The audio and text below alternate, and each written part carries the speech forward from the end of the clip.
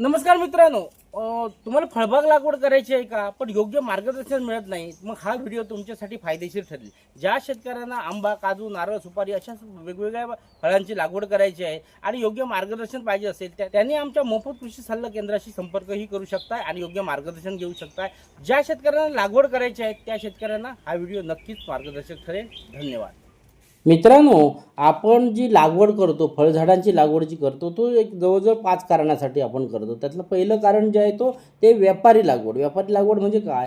ज्याला कमर्शियल लागवड आपण म्हणतो. म्हणजे जे पैसे मिळवण्यासाठी आपल्याकडे जे शेतं असतं, त्या शेतावर आपण लागवड करतो, मोठ्या प्रमाणात लागवड करतो आणि त्या आपल्या फळांची विक्री करतो. दुसरं आहे तो फार्म हाऊससाठी, शोभा वाढवण्यासाठी. आपल्या शेतावर जे आपल्या समाधानासाठी आपण बांधलेलं फार्म हाऊस आहे, त्याच्या अवतीभोवती आपण झाडं लावतो आणि समाधानासाठी फार्म हाऊस बनवतो. त्याच्यानंतर आहे तिसरं कारण ते ॲग्रो टुरिझम, म्हणजे टुरिझम करण्यासाठी, म्हणजे लागवड करून लोकांना बोलवणं आणि त्याच्यामधून त्या लोकांना ज्ञान देणं किंवा त्यामधून पैसे कमवणं किंवा असा वेगवेगळा व्यवसाय करणं, टुरिझम करणं, हा याच्यासाठी लागवड करतो. चौथं कारण आहे ते घरगुती लागवडीसाठी. आपल्याकडे क्षेत्र कमी असतं आणि त्या क्षेत्रावर आपण थोडंफार झाडं लावायची असतात, वेगवेगळ्या झाडाची घरगुती जागेमध्ये लागवड करणं त्याला म्हणतात. आणि पाचवं जे आहे ते आंतरपीक म्हणून लागवड आपण करतो. म्हणजे आपल्याकडे उभं शेत आहे, त्या शेतामध्ये जे राहिलेली जागा आहे त्या जागेमध्ये आपण लागवड करण्यासाठी आपण आंतरपीक म्हणून लागवड करतो. आणि ह्याच 5 कारणांचा अभ्यास करून आपण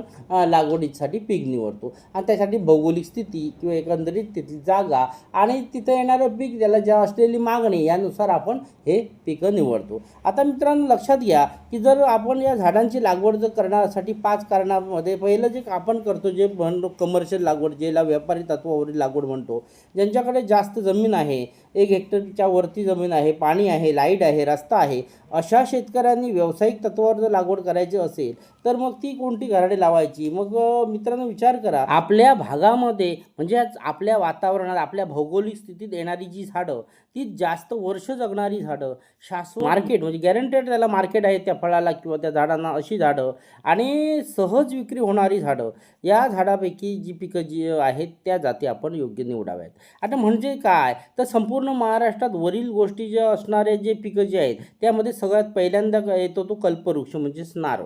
या पिकाला तुम्ही वर्षभर मागणी आहे, महिन्याला 1 घड येतो, त्यामुळे महिन्याला एका घडाची विक्री करू शकता, दर महिन्याला उत्पन्न येतं आणि झाडाची कोणताही भाग तुमचा त्याचा फुकट जात नाही आणि उपयोगात येत असल्यामुळे तुम्ही त्याच्यावर प्रक्रिया करू शकता किंवा त्याच्या संदर्भात बाय प्रोडक्टही बनवू शकतो. तर अशा या नारळासाठी तुम्ही जर लागवड करायची असेल तुम्हाला, तर मग नारळाची लागवड करून तुम्ही काय करू शकता, महाराष्ट्रात भागानुसार नारळाच्या वेगवेगळ्या जाती निवडायच्या आहेत आणि यानुसार तुम्हाला अधिक माहिती पाहिजे तर डिस्क्रिप्शन बॉक्समध्ये माहिती दिलेली आहे, त्या नंबरला मेसेज करा, म्हणजे तुम्हाला डिटेल सगळं मिळेल. त्या संदर्भात व्हिडिओ मिळतील, त्या संदर्भात अधिक माहिती मिळेल, मोफत सल्ला मिळेल आणि आमच्या मोफत सल्ला केंद्राशी संपर्क केल्यास तुम्हाला लागवडी संदर्भात संपूर्ण माहिती मिळते. आता ह्याचा जो उद्देश आहे आणि त्या उद्देशानुसार तुम्ही लागवड करणं गरजेचं आहे. आणि त्यासाठी तुम्हाला काय करायचं, तर तो उद्देश कोणते, तर पहिली गोष्ट म्हणजे नारळ जर तुम्हाला लागवड करायची असेल तर तुम्ही ॲग्रो टुरिझमसाठी किंवा फार्म हाऊससाठी जाती निवडू शकताय. फक्त पाणी म्हणजे त्याला शहाळी मिळतं आणि ते विकून आपण विक्री करून उत्पन्न मिळवू, ह्याच्यासाठी तुम्ही लागवड करू शकताय. पाणी, खोबरे, तेल, वाटं खोबरा, गोटा खोबरा, ह्यापैकी सगळं विकून तुम्ही पुऱ्या नारळाच्या वर प्रक्रिया करू शकता आणि विक्री करू शकता. घरगुती लागवड आणि शोभेसाठी नारळ लागवडसाठी जाती निवडून स्वतःसाठी आपण त्याची नारळ लागवड करू शकता. किंवा कल्परस म्हणजे ज्याच्यावर प्रक्रिया करून माडी विक्री केलं किंवा नारळासंदर्भात विविध बाय प्रोडक्ट बनवून तुम्ही ही नारळाची विक्री करू शकता. ह्या 5 कारणाचा उद्देश धरून तुम्ही नारळाची लागवड करू शकता. आता जर बघाल तर आमच्याकडे 18 जातीचे नारळ आहेत. सिंधुदुर्गातील सगळ्यात महत्त्वाच्या ज्या जाती ज्या आहेत, ज्या नारळाच्या लागणाऱ्या किंवा महाराष्ट्रात वेगवेगळ्या प्रांताबाहेर जे नारळाच्या जाती कुठे लागू शकतात त्याचा अभ्यास करून आम्ही शेतकऱ्यांना मार्गदर्शन करतो, मोफत सल्लाही देतो आणि तुम्ही त्याचा सल्ला घेऊन लागवड करू शकता. या उद्देशाने जर समजा नारळ लागवड करून तुम्ही जर हे केलं, काय उत्पादन घेतलं, तर तुम्हाला ते भविष्यात फायद्याचं ठरू शकतं. याविषयी जर अधिक माहितीसाठी तुम्ही या डिस्क्रिप्शन बॉक्समध्ये पहा किंवा या नंबरवरही संपर्क करू शकता, म्हणजे व्हॉट्सअप नंबरवरही, म्हणजे तुम्हाला नारळ लागवडी विषयी संपूर्ण माहिती मिळेल आणि तुम्ही योग्य दिशा घेऊन किंवा योग्य माहिती घेऊन तुम्ही लागवड करू शकता. आता मित्रांनो विचार करा की आमच्या मोफत केंद्र जे आहे त्याला तुम्ही जर संपर्क केला आणि ज्यांना तुम्हाला लागवड करायची आहे किंवा तर त्यांनी आमच्या ट्रेनिंग सेंटरला येऊन तुम्ही ट्रेनिंग घेऊ शकता. ती पुढे ट्रेनिंग दिलेली आहेत. शेवटी मी तुम्हाला त्यांचे डेट्स देईन.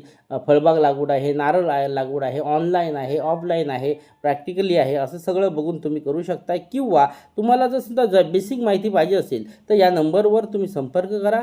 म्हणजे तुम्हाला नारळाविषयी मोफत माहिती मिळेल, मोफत PDF पुस्तकं मिळतील आणि तुम्हाला वार्षिक जे नियोजन आहे व लागवड करण्यासाठी वर्षाचं जे काही नियोजन आहे तेही तुम्हाला या नंबरवर तुम्हाला सहज मिळू शकेल. ते घरी तुम्ही वाचू शकताय आणि त्यानुसारही लागवड करू शकता. अधिक पाहिजे असेल तर आमच्या केंद्राशी संपर्क करून ट्रेनिंगला या, म्हणजे तुम्हाला ट्रेनिंगमध्येही पूर्ण माहिती मिळेल. पुढील पीक आहे आपण बघाल तर नारळानंतर आंबा पीक जर असे बघाल तर म्हणजे महाराष्ट्रात जर तुम्ही बघाल सगळीकडे आंबा तयार होतो किंवा आंबा पिकावला जातो आणि जिल्हावार वेगवेगळ्या जाती आहेत. जसं की कोकणात हापूस आहे, तो देशावर होत नाही, पण देशावर काही बऱ्याचशा जाती आहेत त्या कोकणातही होत नाहीत. मग सगळ्यांचा सुवर्ण मध्य असा आहे की या महाराष्ट्रात होणाऱ्या ज्या महत्त्वाच्या जाती आहेत त्यामध्ये पहिली जात येते केशर. केशर ही जात कोकणातही खाल्ली जाते, मध्य महाराष्ट्रातही खाल्ली जाते आणि विदर्भातही खाल्ली जाते. आणि म्हणून तुम्ही जर समजा केशरसारख्या झाडाची लागवड जर केली आणि ती अल्ट्रा हाय डेन्सिटी म्हणजे घन लागवड करून जर समजा उत्पादन घेतलं तर तुम्हाला व्यापारी तत्वावर उत्पादन मिळू शकतो. आणि त्यातल्या त्या लवकर येणारा देवगड केशरची लागवड करून बघा, म्हणजे तुम्हाला इतर झाडांपेक्षा किमान 15 ते 20 दिवस लवकर उत्पादन मिळतं. आणि अल्ट्रा हाय डेन्सिटीसाठी स्वतंत्र केशर लागवड म्हणजे 2 वाट्यावरचं झाडं लावा.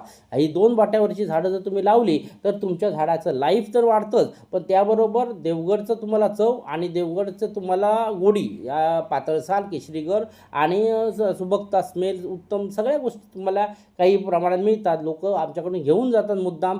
म्हणून ट्रायलसाठी तुम्ही 2 झाडं तरी नेऊन लावा, तुम्हालाच समजेल की याच्यामध्ये किती फरक आहे. एकदा जर तुमचा लावलेल्या झाडाचे लोकांना आंबे दिले तर लोक परत परत तुमच्याकडे मागायला येणार, एवढं त्याच्यामध्ये गुणधर्म चांगले आहेत. आता सांगायचं उद्देश की अशा पद्धतीची जी झाडं तुम्ही जर लावली 2 वाट्यावरची तर तुमच्या झाडाचं लाईफ पण वाढतं आणि तुमचं रेट पण चांगला मिळतो. आता तिसरं जे पीक आहे तुम्ही म्हणाल तर कोकणात होणारा काजू पीक. आता काजू पीक फक्त कोकणातच होत नाही, काजू जरी ब्राझीलचा असला अख्ख्या भारतात होतो. म्हणजे सांगायचा उद्देश काय, महाराष्ट्रात जर आम्ही जे प्रयोग केले तर सांगलीमध्ये लवकर होतो, साताऱ्यामध्ये होतो, नगर, धुळे अशा बऱ्याच ठिकाणी उत्तम काजू होतो आणि दरवर्षी त्याची उत्पादकता चांगली टिकून राहते. रोग नाही, कीड नाही. ते जंगली पीक असल्यामुळे कुठल्याही जमिनीत होतो. 1 वर्ष फक्त पाण्याची गरज आहे, त्याच्यानंतर मी कुठेही लावू शकता. पाहिजे असेल तर लावून बघा. आम्ही लोकांना, शेतकऱ्यांना 1-1, 2-2 कलमं, 5 कलमं फुकट दिलीत आणि लावून बघितली. त्यावेळेस आम्हाला रिझल्ट आला की कोकणापेक्षाही मध्य महाराष्ट्र, विदर्भातही काजू उत्तम होतो. कारण काजूला शेप लाईफ आहे, त्यामुळे टिकतो आणि काजूचं कधीही रेट उतरत नाही. तर अशा पद्धतीने जर काजूची जर तुम्ही लागवड जर केली आणि जर तुम्ही बघितले तर त्याचा रेट 800 ते 1000 वरून कधीच उतरत नाही. तसेच जिथं नारळ लागवड केलेली आहे तर अशा ठिकाणी तुम्ही सुपारीची लागवड करू शकता. त्याच ठिकाणी तुम्ही त्या दुसऱ्या उद्देशाने वेगवेगळ्या आमच्या 10 प्रकारच्या जाती आहेत त्या आमच्या सेल्ला केंद्राला संपर्क करून तदनंतर खात्री करा की कुठल्या लावायच्या त्या लावा तुम्ही, जेणेकरून सुपारीचं पीक आंतरपीक म्हणून तुम्ही घेऊ शकता. त्याच्यानंतर मिरी आणि दालचिनी अख्ख्या महाराष्ट्रात सगळीकडे होतो. ज्या ठिकाणी अर्ध सावळी आहे अशा ठिकाणी मिरी आणि दालचिनी तुम्ही बिंदास लावा. 100% तुम्हाला मार्केट मिळणार किंवा उत्तम वाढ होणार आणि किंमत पण चांगली येणार. बाकीची जी मसाल्याची पिकं आहेत ती अभ्यासपूर्वक किंवा तज्ञांचा सल्ला घेऊनच लागवड करा. थोडक्यात म्हणाल तर जिथं बागायती लागवड आहे तिथं मसाल्याची पिकं किंवा बागायती पिकं कुठलीही लावा. पण ज्या ठिकाणी तुम्ही आंबा लागवड करणार आहात त्या ठिकाणी तुम्हाला कोरडवाहू पिकं लावणं गरजेचं आहे. आंतरपीक म्हणून लावा किंवा आपल्या जागेच्या बॉर्डरने लावा. मग त्यामध्ये आवळा आहे, बांबू आहे, चिकू आहे, पेरू आहे, सीताफळ करून अशा बऱ्याचशा झाडांची तुम्ही लागवड करू शकताय. ज्या पिकांची लागवड करायची आहे त्या पिकाची भौतिक अभ्यास करा आणि तो करूनच तुम्ही लागवड करायची आहे. ज्या पिकाचा भौतिक अभ्यास तुम्ही केलेला आहे आणि त्याला मार्केट चांगलं आहे त्याच्यानंतर तज्ज्ञांचा योग्य सल्ला घ्या आणि तदनंतर तुम्ही लागवड करा. मित्रांनो, फळबाग लागवडविषयी अधिक जाणून घ्यायचं असल्यास तुम्हाला फळबाग लागवड या आमच्या प्रशिक्षणाला जरूर या, म्हणजे तुम्हाला त्या संदर्भात अधिक माहिती मिळेल. मित्रांनो, ज्यांना नारळ लागवड करायची असेल त्यांना ऑनलाईन आणि ऑफलाईन आमच्याकडे दोन्ही प्रकारचे प्रशिक्षण आहेत. 14 मार्च 2026 रोजी ऑफलाईन प्रशिक्षण आमच्याकडे नारळ लागवड आहे. त्यामध्ये महाराष्ट्रात संपूर्ण नारळ कशी करायची आंब्याची, त्या संदर्भात जाती आणि इतर माहिती संपूर्ण तुम्हाला मिळेलच. पण 15 मार्च रोजी आंबा लागवड हे प्रशिक्षणही होणार आहे आणि ही दोन्ही प्रशिक्षणं वेंगुर्ल्यामध्ये सोयीच्या ठिकाणी म्हणजे मार्केट एरियामध्ये होणार आहेत. ज्यांना वेंगुर्ल्यामध्ये यायचं असेल किंवा त्यांना टुरिझम म्हणून फिरायचं असेल तर त्यांनी फिरण्याच्या उद्देशाने मालवण, वेंगुर्ला, गोवा किंवा तत्सम गोष्टी फिरण्यासाठी ट्रेनिंग आणि फिरती अशा दोन्ही गोष्टी करू शकताय. त्यासाठी तुम्ही येऊ शकताय. धन्यवाद.